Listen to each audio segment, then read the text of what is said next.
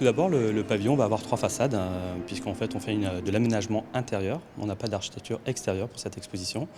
Et donc on accueille les visiteurs dans une entrée qui reprend en fait entre la mer et la terre la citation du souverain SAS le prince Albert II pendant son avènement. On invite ensuite le visiteur à découvrir donc le concept du pavillon et petit à petit il entre dans la salle principale.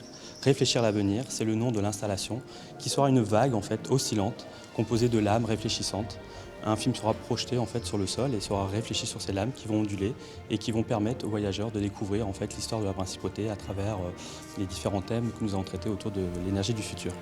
Ensuite, nous invitons toujours nos visiteurs en fait, à passer dans le deuxième espace de la scénographie. Celui-ci se compose en fait de 4 stations. La première est en fait que nous avons appelée Découvrir Monaco, avec la technologie de casque à réalité virtuelle. Donc on permet aux visiteurs de faire un saut dans le temps, d'arriver en principauté, de découvrir, suivant 4 parcours, Monaco. Ensuite, on se consacre en fait sur le futur est là, tout simplement, avec une maquette sur l'extension en mer. On reprend un peu donc, ce projet de construction titanesque avec une technologie qu'on appelle de mapping, c'est-à-dire on va animer la maquette de projection qui sera en fait conduit par rapport à un film, un suivi on va dire des extensions à travers le temps que Monaco a connu. On va se diriger vers la sortie, on arrive sur un mur qu'on appelle donc le mur Green Lab qui traite de 3 sous-thèmes, éco-durabilité, éco-mobilité, éco-responsabilité. Là, on a en fait un mur interactif avec des icônes que les visiteurs peuvent toucher simultanément ou pas.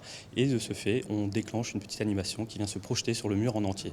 Donc voilà, ça va faire plaisir aux enfants, aux familles, à tous les visiteurs du pavillon. Et avant de quitter le pavillon, on propose donc le projet du vélo solaire qui est en fait réalisé et conçu par les élèves du lycée technique. Et là, on peut voir en fait à la thématique Réfléchir l'avenir, comment les jeunes de la principauté se dirigent déjà vers les énergies du futur. Ensuite, une petite boutique pour emporter quelques souvenirs de la principauté et un coin café, un bar à café en fait.